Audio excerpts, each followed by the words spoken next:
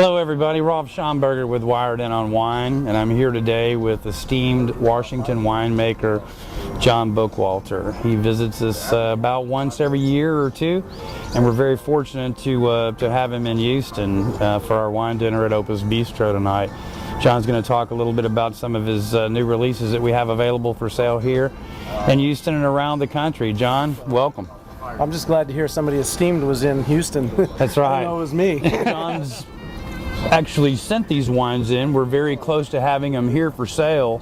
The first wine that he brought in is the Anecdote Riesling, and John doesn't make but about 1,000 cases of this, and we're very fortunate in Texas to have it. In fact, today I got the opportunity to try it, and I must say, John, it's one of the best Rieslings I've ever had. Tell us a little bit about it. I think it's one of our better efforts. I mean, 2010 was one of the coldest vintages in Washington, and that really allowed us to capture this really fresh, vibrant fruit. Retained a lot of acidity, which is, really what you want and look for in a Riesling.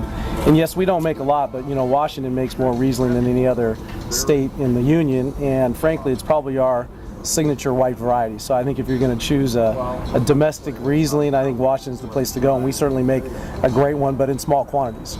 It's a very nice wine. It's and again, very limited in quantity, but it is available locally here. You can order it through our your local spec store. The next wine that we have is the Subplot 25, and John, he and his father have been making this Subplot wine for multiple vintages, and I'm going to let him tell you a little bit about it. This is actually the new one, as mentioned, the Subplot 25. I got to try this one for my first time today, and as always in the past vintages, it certainly didn't disappoint. John, tell us a little bit about your Subplot program. Certainly, it's a little more value price, so to me it delivers a lot of punch for the value and price.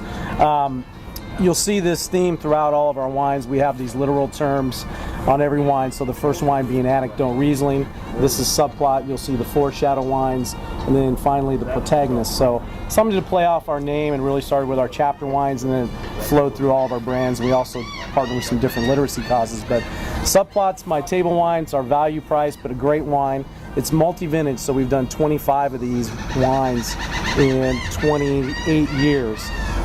It's a blend of Bordeaux varieties, Cab Merlot dominant, but with some of the other playful wines like Malbec, Petit Verdot, Cab Franc. This one has a little Syrah and Barbera of all things, but you can't beat this wine for the price. It's a lot of wine for the money, and we showed it around a little bit today to some restaurants in town, and everybody was amazed with the quality to price. So keep an eye out for this one. It's fantastic. The next wine we're going to talk about is John's Foreshadow Merlot. Washington is well known for their Merlots, and some of my favorite Merlots certainly come from there. John has been making great ones for many, many years, and certainly this is no exception. John, tell us a little bit about your Merlot program. Yeah, again, like I said, with Riesling, I think if there's a signature grape for Washington on the red side, it would be Merlot. So we're fortunate to be able to grow grapes in a desert climate. A lot of people don't think of Washington as a desert. A lot of people ask, how do we grow grapes in the shadows of pine trees? But frankly, we're arid. We get less than 6 inches of rain per year in eastern Washington. We grow our grapes in very sandy, loamy soils, so we get to control the vigor of the vines and how these grapes ripen the fruit, and that's really where we concentrate our efforts. And Merlot ripens at the right time in late September and early October, when we're still in the 90s during the day, but we're already touching the frost line. So it's like preserving our fruit in a refrigerator at night as opposed to leaving it on the counter. We have this vibrant, acidity and vibrant flavors in our Merlots. And this one we blend a little bit with Petit Verdot and Malbec. This one Cab Franc sometimes, and this one even has a little bit of Syrah. But really opulent, very lush wine, and I think one of our better efforts from this vintage, which is a great vintage in 2008. It absolutely is. This is fantastic, and these wines, all of these wines are very affordable, and they certainly over-deliver for the price. The next wine is John's Foreshadow Cabernet. This is, again, a biased opinion on my part, but one of my absolute favorite wines from Washington, and they continue to do a tremendous job and continue to get huge ratings from all the national press. And I think, and in talking to some folks from Washington, and I learned that they get some extra sunlight there during the day as compared to even as close as they are to California. And we'll let John talk about that when he tells us a little bit about his 2008 Foreshadow Cabernet. Yeah, certainly with where we get to grow grapes at the 46th parallel, during the summertime we have 2 more hours of sunlight, and that allows us to really have the grapes spend a lot of time with what we call photosynthesis, which is spending time ripening the fruit.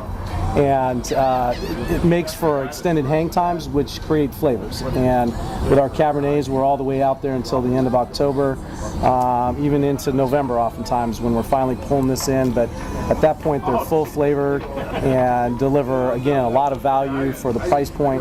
Right now, our Cabernet demand, I think demand for Cabernet from Washington, outstrips a lot of other varieties because they've really delivered at various price points. It's definitely a great one and worth seeking out. Again, available at Specs. The last wine is John's Protagonist. I'm going to let him tell you a little bit about it. It's a Merlot-based blend, one of his top of the line wines that he produces, and certainly a fantastic one. John? Well, what we were trying to accomplish here with this wine was we were trying to capture Red Mountain, which is a very small appellation in Washington State. This is driven by 2 vineyards, Clipson and Ciel du Cheval, considered some of the top vineyards in the world today, even given their youth, frankly, even though they're 30, 35 years old.